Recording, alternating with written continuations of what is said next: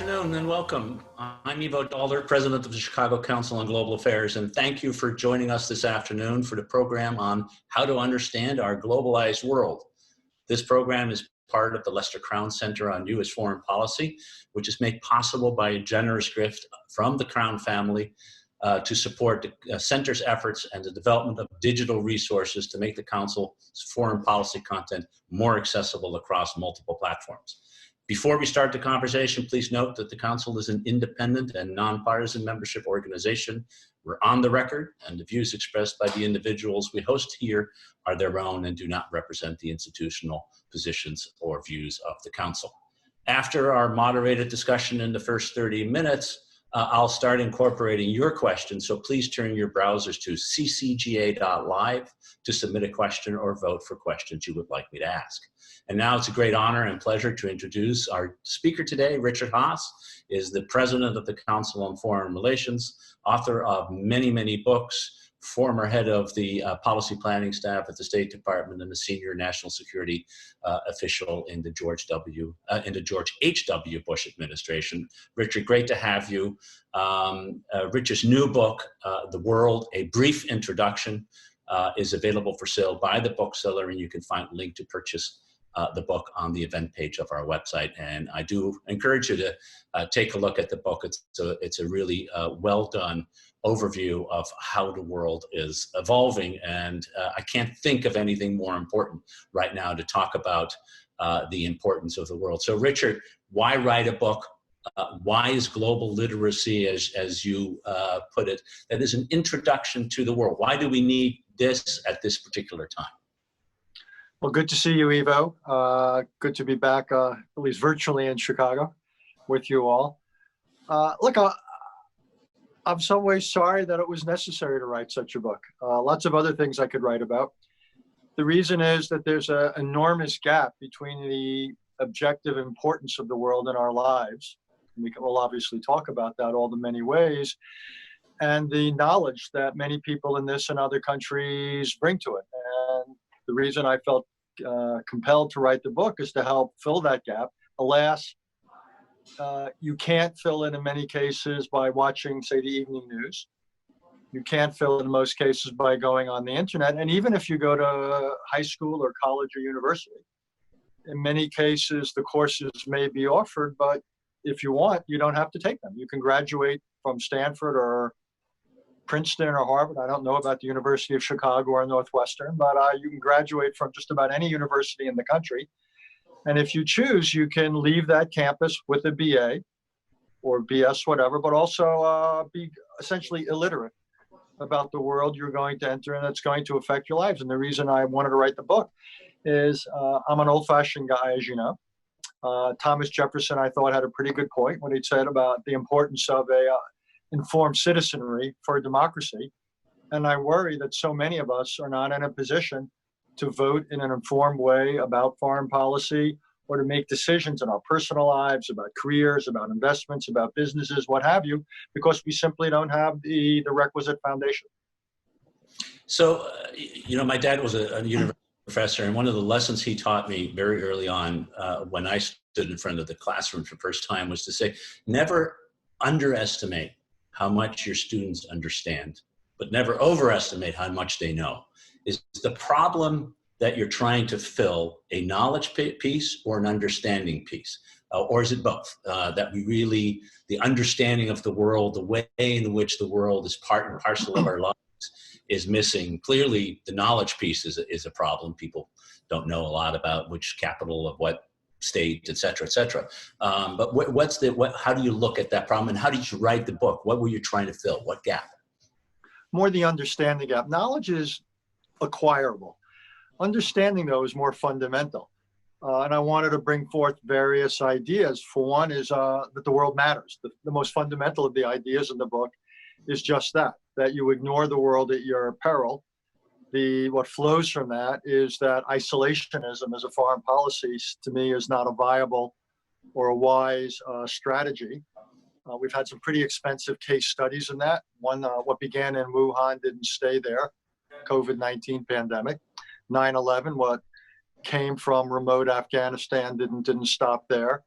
climate change essentially comes from everywhere and goes everywhere and so forth. So my first point was to bring home that, again, the world matters profoundly. Isolationism simply doesn't make a lot of sense. My second point is that if you want to deal with the world, it's much better to deal with it collectively. It's something you know in your bones, but there's a whole penchant in this country, not just towards isolationism and tradition there, but also towards unilateralism.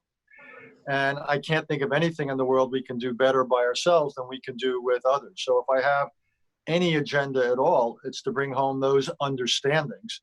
And then if I can give people some of the history, some of the background about the dynamics in the region, some of the basic concepts about how the world works, so much the better. So one of the key pieces that I think that you just highlight here is the importance of the interconnectedness, the global nature of the world, and one of the big trends we've seen over the past few decades is globalization, and we've also seen a political negative response to some of the impacts of globalization. So let's talk first. Is there such a thing? Can globalization be managed by states, by nations, by people? Can they steer it in a different direction? And secondly, where are we going in this? Is it becoming a more or less globalized world in your sense? Look, globalization is simply about the fact of all sorts of things moving across borders, great quantity, great speed. In many cases, globalization simply exists. Countries can't manage it. You can't easily manage climate change. It's going to come to you like it or not. This disease came to us. It's very hard to shut yourself off to it. Now, once it gets there, there's all sorts of things you can do. Countries can manage migration, but obviously the way I believe we're managing it, quote unquote, comes at an enormous price, both in human terms, but also in terms of our economy. Security you can manage up to a point, as we learned though on 9/11. No society can be invulnerable. Cyberspace is extraordinarily difficult to manage. Many of the investment and economic forces of globalization are tough to manage. So I think the bottom line is, one, globalization, for better or worse, exists. And in some ways it is both for better or worse.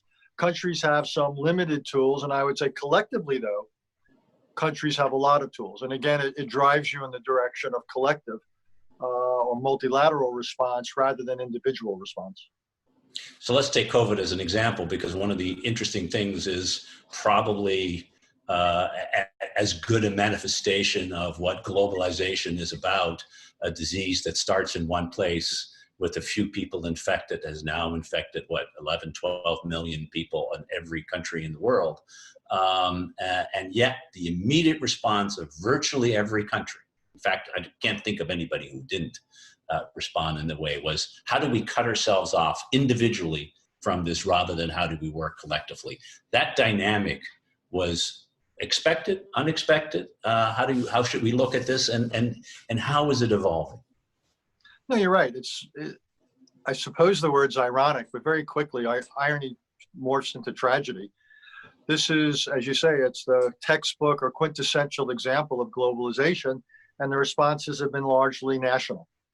The good news is some countries have responded with impressive professionalism and capability, and the bad news is several others have been inept, including ourselves, but also Brazil, Iran, Russia. Indeed, what's so interesting is the nature of the response seems not to be correlated with the nature of the political system. So you have democracies that have done well and done poorly, and you have authoritarian systems that have done well or done poorly. So if the answer isn't systemic, just as an aside, I think it tells you something about the quality of the leadership rather than the nature of the system. The fact that the virus broke out the way it did in some ways showed the weakness of global regulation. China had capacities at global standards. Many of the countries in the world do not. Many of them don't have, for example, a CDC type equivalent. Problem with China is it didn't live up to its international obligations, and there's no international machinery to get any country to do that. The World Health Organization is in many ways a creature of the major powers, so it can't press them to, again, meet its international obligations. Then we've had all these national responses, some good, some not so good. I think now, though, Ivo, we're at a really interesting moment where we're at a point where everybody's struggling. At some point, though, there will be some medical breakthroughs. They could be antivirals, so-called therapeutics, or it could be a vaccine. And none of these things is a panacea, but all of them are powerful tools in this struggle. And what's so interesting to me, if tomorrow afternoon a breakthrough happened in either a therapeutic or in a vaccine, what's so interesting is the world isn't ready for it. Who's going to pay for it? Who's going to make sure it can be produced at scale? There's 8 billion people in the world. Just say it's a 2-dose vaccine. That's 16 billion doses. That's a lot of manufacturing. That's a lot of distribution. Who's going to decide who gets where in the queue? Should the country where it's invented get advantage? Do you make it available for others to manufacture it under license?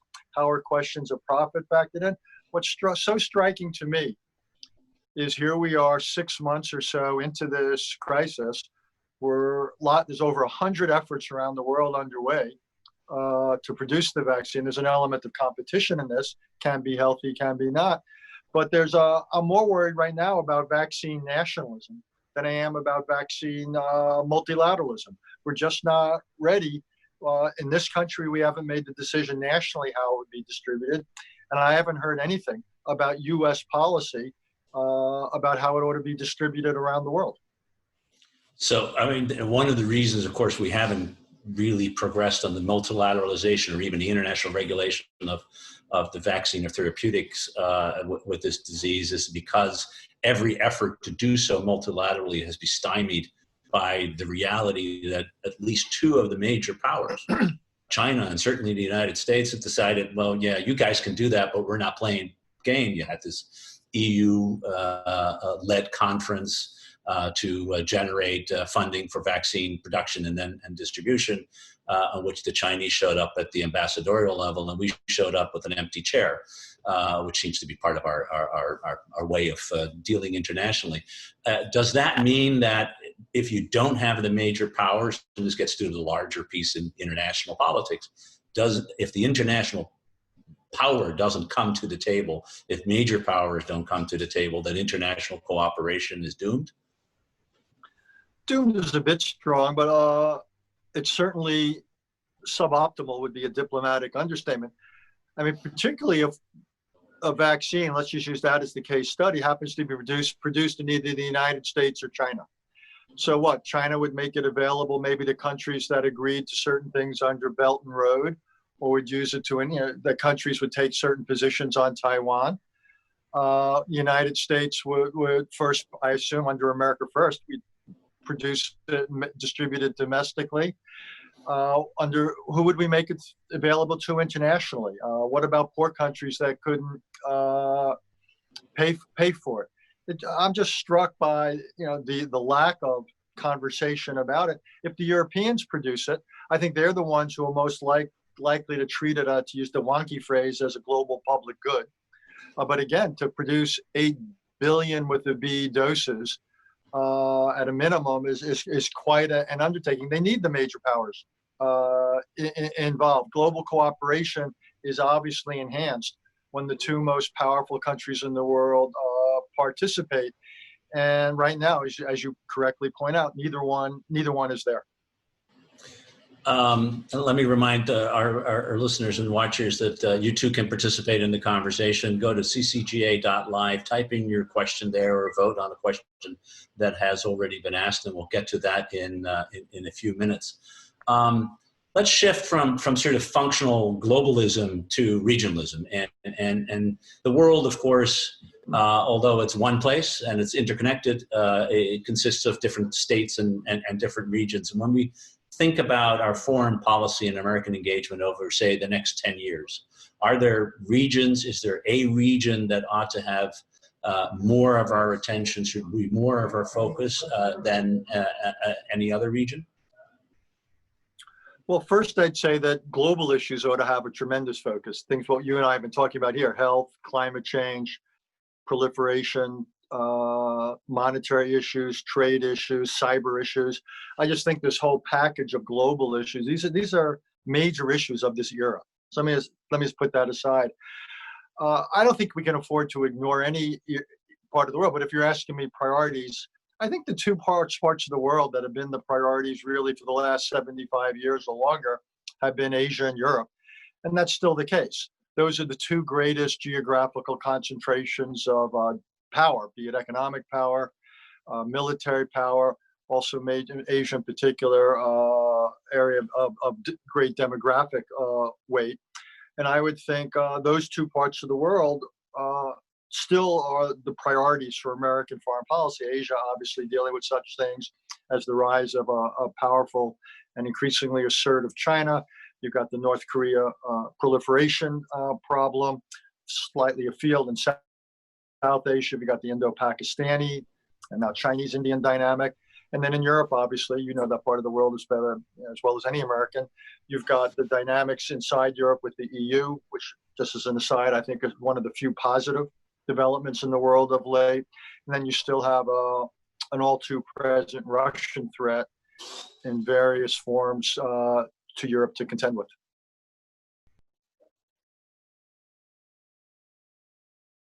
Ivo, you're on mute. I said thanks, sorry. I'm redoing my basement at the moment, so part of living at home and working at home. You said all of the world's regions are important. You do write about Africa and the future in the book. You write about all regions. So let me put that. But you have an Africa discussion about maybe not 10 years, but 15, 20 years from now. The developments there that foreign policy analysts like you and me, who've spent our time with Russia, with Europe, with Asia, and to some extent the Middle East, haven't focused on Africa enough. We ought to do better. Why? Yeah, Africa is really interesting. And when I look ahead at the next couple of decades, what's not central, just to begin with, to take it off the table, is what you might call classic geopolitics or classic diplomacy. I'm not really worried about wars between and among African countries. I'm not really worried for the most part about one African country invading another. What I am worried about is really two things.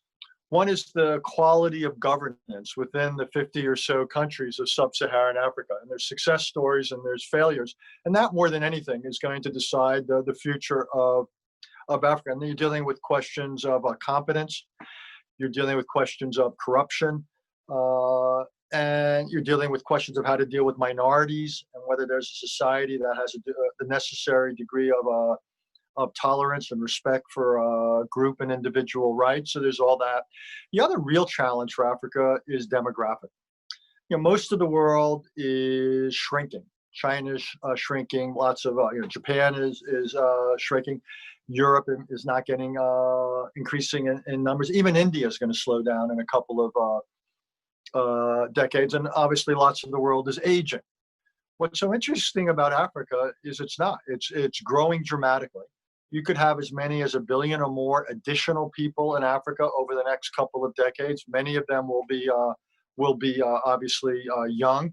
And then the real question is, how do you provide for them? Above all, how do you make sure that a lot of these young people get jobs, particularly because it's all taking place in an era where the disappearance of a lot of jobs that have historically been done by a large numbers of people is going to be a reality. And whether it's robotics or AI or what have you, productivity increases are forcing a lot of people out of entry-level positions in the workforce.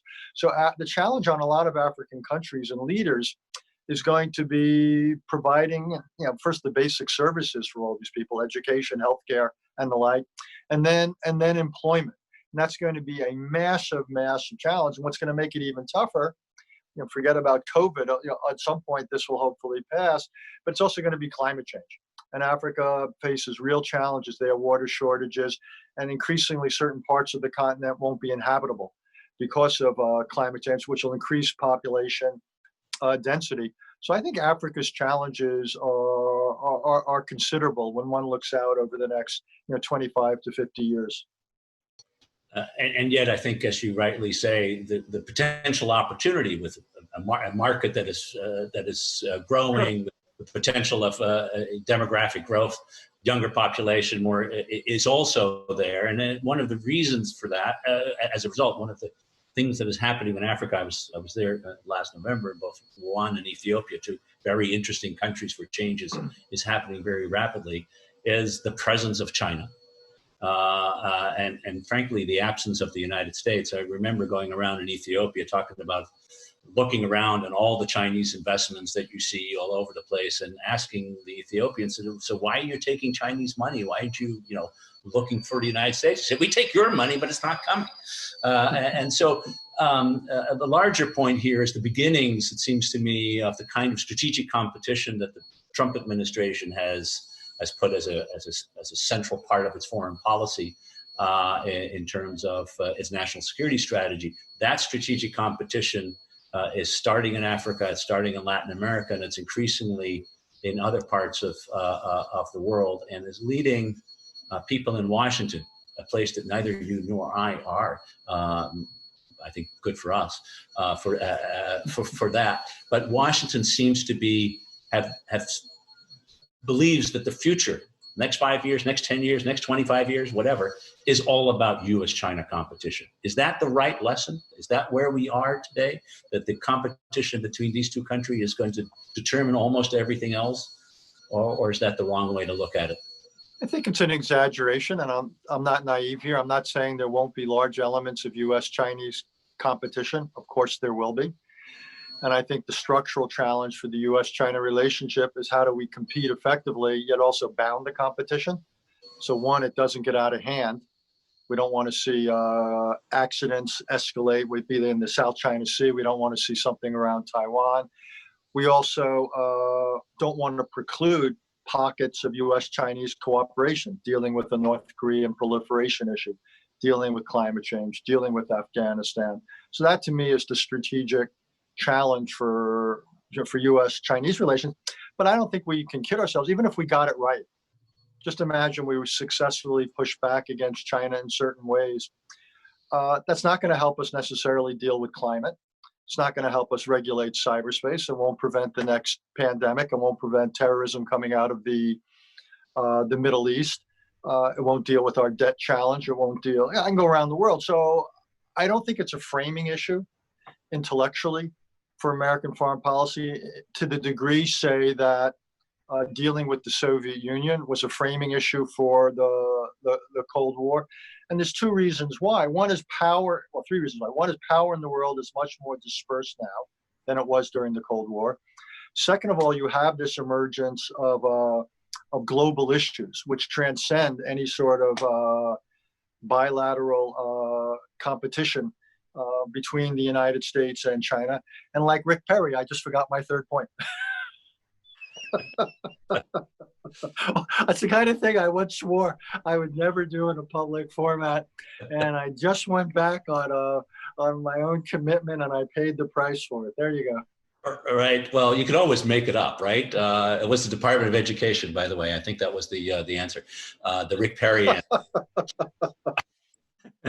No, I agree with you. I think this is an important corrective in I think the foreign policy debate, to the extent there is this debate, sort of assumes that the U.S.-China competition is framing everything, and it sort of ignores larger, bigger trends, and doesn't really tell you what to do about it. Here's I go. I just remembered it though, Eve. I knew if you filibustered long enough, you'd save your old friend here. The other thing is all the things. I once wrote a book many books ago called "Foreign Policy Begins at Home." It's all the things we have to do for ourselves. So we could, one, it would help us deal with China, but even again, if we somehow manage to figure out how to deal with the South China Sea or Taiwan or what have you, that's not going to improve the quality of K through 12 education in this country. We can't blame China for the state of Kennedy or O'Hare airports. We can't, we've got a racial challenge to deal with in this country. We've got inequality to deal with. We want to make the American dream a reality for many more Americans, immigration issues.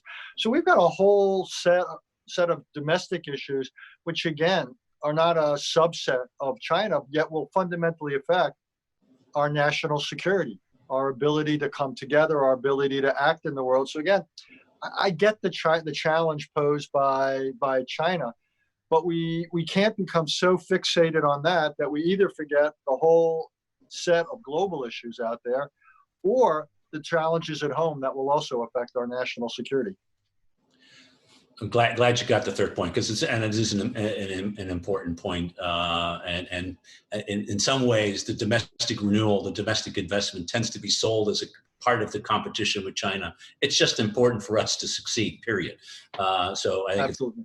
It's a really important point. Before, again, we'll go to questions in 1 minute. And if you want to join us there, ccga.live in your browser, ask a question or vote on one. We'll get to that in 1 second. One other big issue that I think I wanted to put on the table that we tend to ignore, but you just mentioned it in terms of Africa, but you also talk about in the book. In some ways, we've just gone through 75 years as the most peaceful.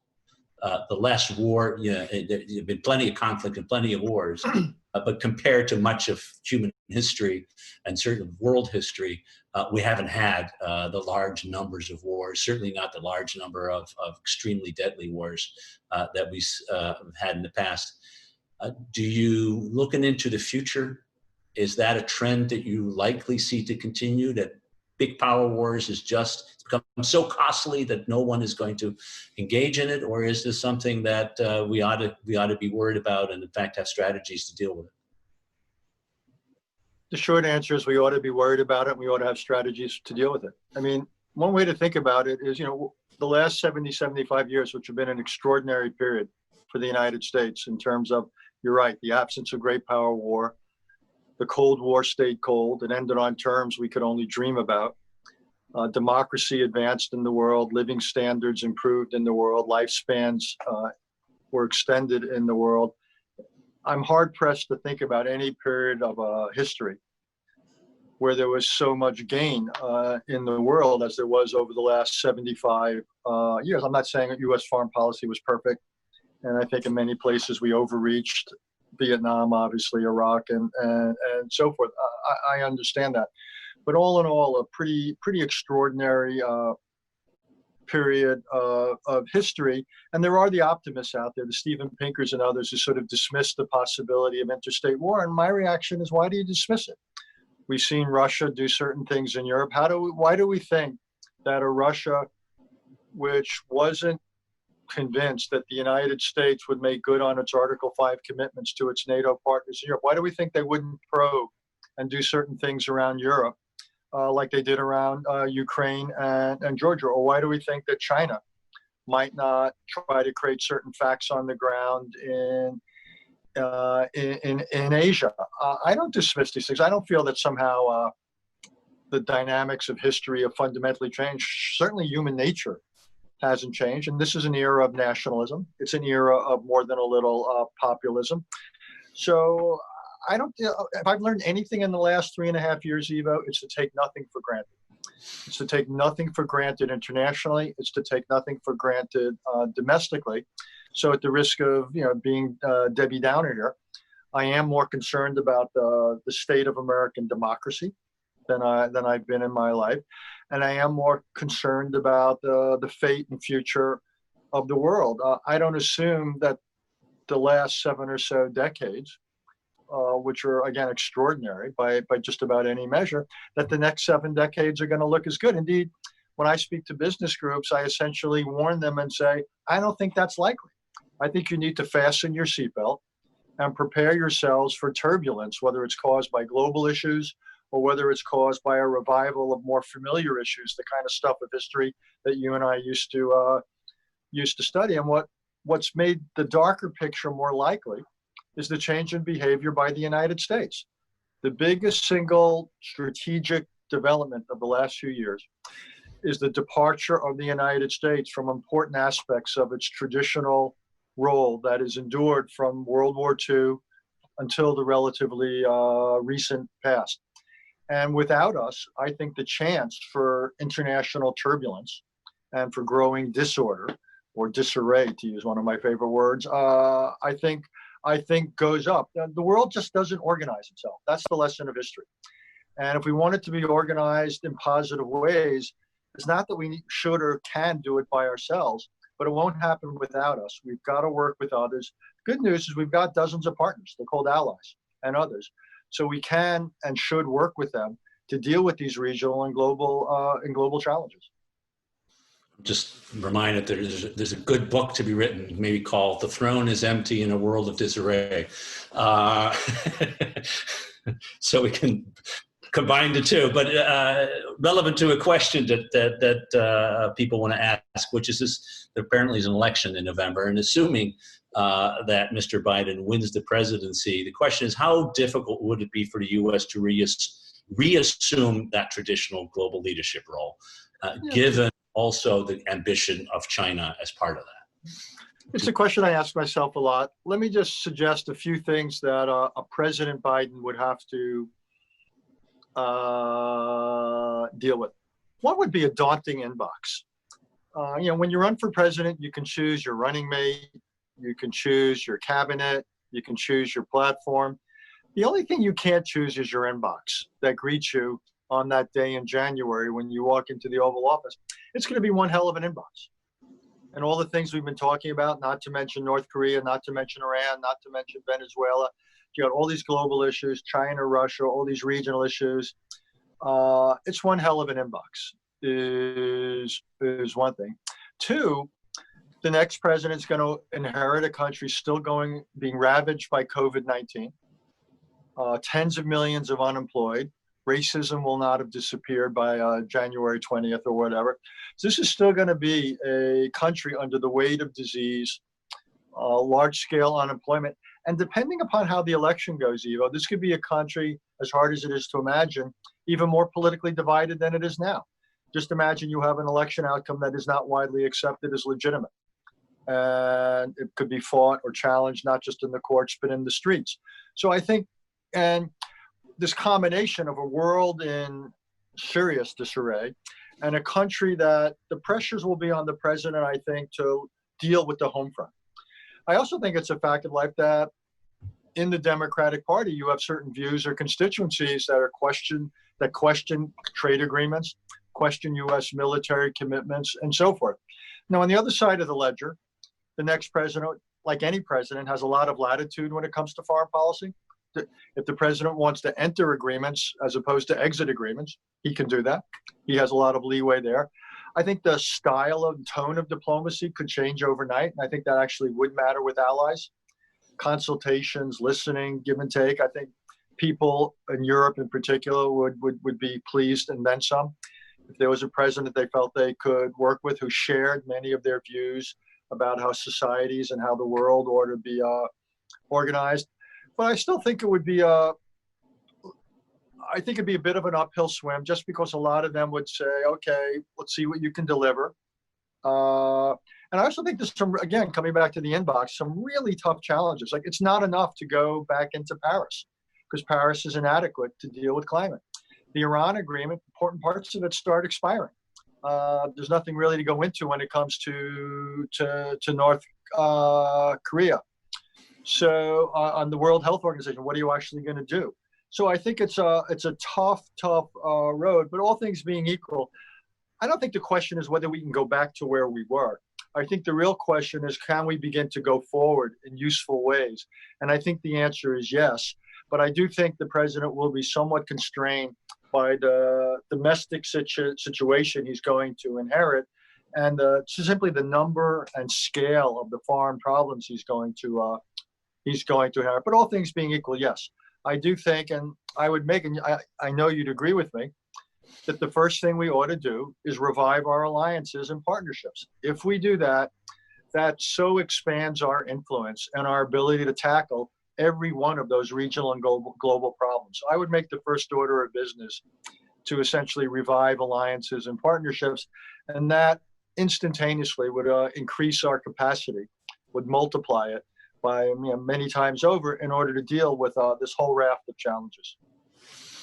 I would agree with that. I think that is really critical, and figuring out how to do that and communicate that as a first step is important.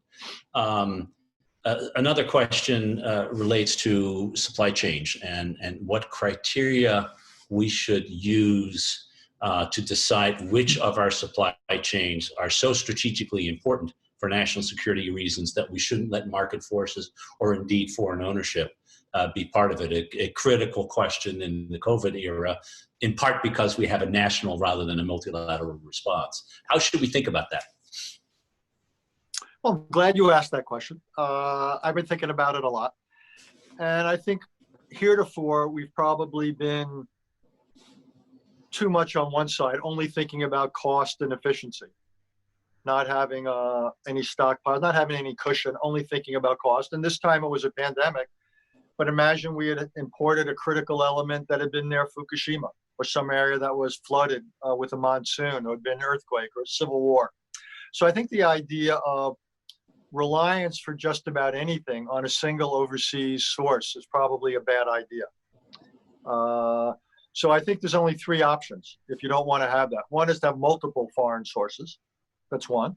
Second is to have domestic stockpiles of critical could be critical ingredients of medicine, of manufacturing, what have you. We did it with oil years ago, with the petroleum. Or thirdly would be domestic production. So I think those are your three options. Multiplying foreign sources, a degree of stockpiling, and a degree of domestic production. Now, stockpiling and domestic production, they'll have added costs. So those are going to have to be borne either by the government, i.e. the taxpayer, or by the consumer. So I think that's a conversation. So I think there's a strong case. I lean heavily in the direction of stockpiling. In some cases, though, we may want some domestic production. The other thing I'd say, it's important that all this be coordinated. What we don't want to do is move to a world where every country starts saying, okay, there's 89 things that we've deemed to be strategic, and we're going to start producing 100% of them. Well, if every country in the world starts doing that and everybody has their own list, there's another word for that. It's called protectionism, and it's the end of trade. So if right now we've been a little bit naive or too narrow, only thinking about cost and efficiencies, I think there's a danger in going to the other end zone and basically so overreacting to that it's not just expensive, but we set in motion what we used to call in economics 101, an import substitution race, which is essentially protectionism, and we lose all the economic and political advantages of free trade. So my view is we ought to be limited in what we choose as essential. We ought to think about stockpiles, so we can still import stuff for stockpiles if need be. And we ought to do this in a coordinated international way rather than just doing it unilaterally. Yeah, and I think your first point is really critical, figuring out the limit of what is strategically critical. Because the natural tendency is to say, if this is strategic critical for one group, then that's strategic critical for another group, and that's how you multiply the protectionist. I also think that your three strategies aren't mutually exclusive. Certainly, in certain areas, I actually meant 100% should be blended, and it might be different for different materials. If something's already produced in 10 foreign countries, that reduces your supply chain vulnerability.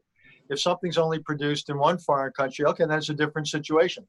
If it takes a year for something to be produced as opposed to a month, that changes your calculation and so forth. So I think it's got to be a different blend of diversification of sources, stockpiling, and domestic production for every item. And I agree with you.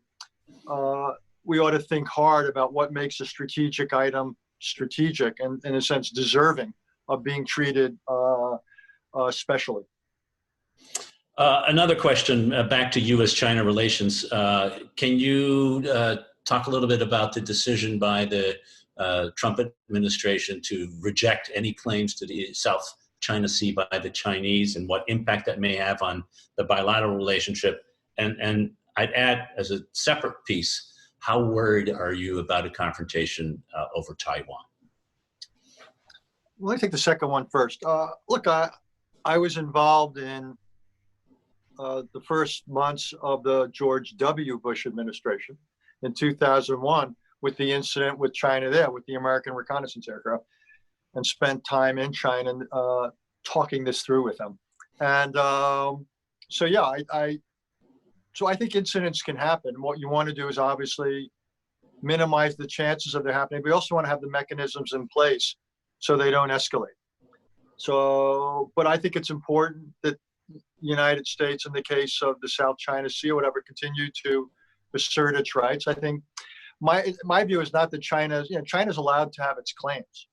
Others are allowed to have their claims. My problem with China is not that it has claims, but that it's not just asserting them, but it's trying to impose them, and it's ignoring international legal rulings, and it's creating islands where none existed and militarizing them. It's basically trying to change the geography of the South China Sea in ways that suit it. And that's just not acceptable. So I think the United States is right to push back diplomatically.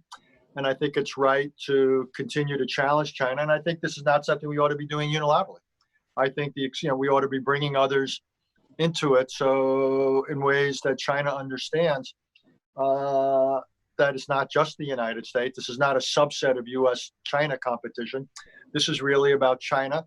And this is this international thoroughfare. And China simply is not in a position to, again, to impose its unilateral preferences on others. I'm totally comfortable with the idea of the area remaining contested. That's fine. And by the way, this might be a time for some of these people who want to be tough on China and tough on the South China Sea to think about the United States signing up to the Law of the Sea Treaty.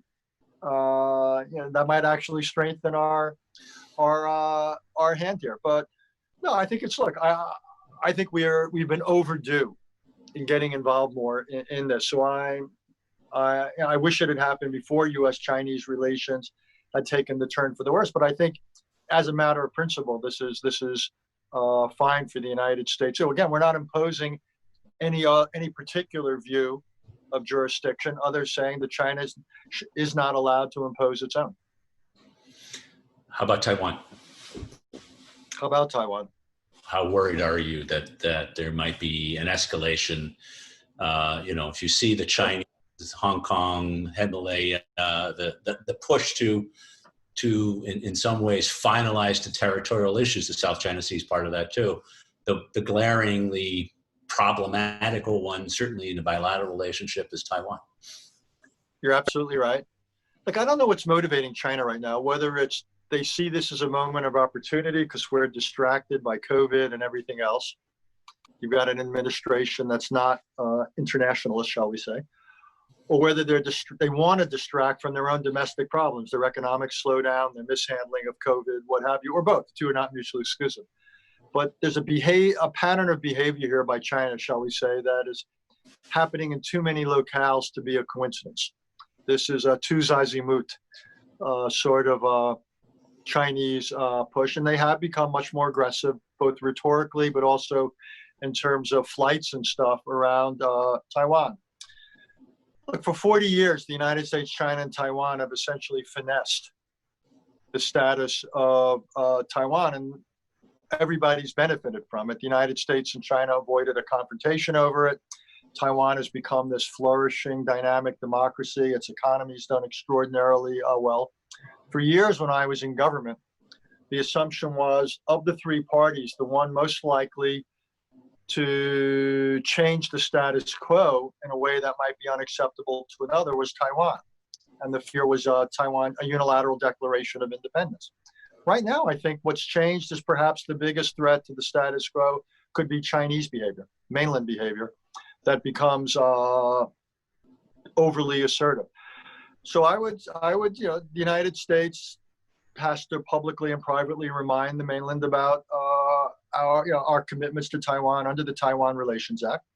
Again, we're not trying to prejudice the question of a one China. Our view is, though, that the mainland cannot use coercion, much less military force, to bring about their preferred outcome. So I think we need to push back, because if China were allowed to get away with pressuring Taiwan or worse, I think it would not only be bad in and of itself, but I think it would be transformational to the region. And I think other U.S. strategic partners would take note. And I think it would be a threat to the stability and security of all of Asia. So again, I don't want a confrontation over Taiwan, but I think this would probably be a moment for some quiet underscoring of the limits of U.S. tolerance. Though subtle has never been a strength of the United States, and quiet diplomacy, though at times has been something we have done, is probably not the strength of this particular administration. So difficult times ahead. Richard, thank you so much for sharing your perspective on the world. A recording of the program will be available on our website, our YouTube channel, on our social media platform shortly. As a reminder, Richard's new book, The World, A Brief Introduction, is available for sale by the bookseller. Direct link to the bookseller can be found on our event page. Thank you all for joining us today. We hope to continue. You will engage with us. And Richard, thank you so much for joining us via Zoom. Always good to have you, always good to talk to you, and always good to listen to you. Thank you, Mr. Ambassador. You be safe and well.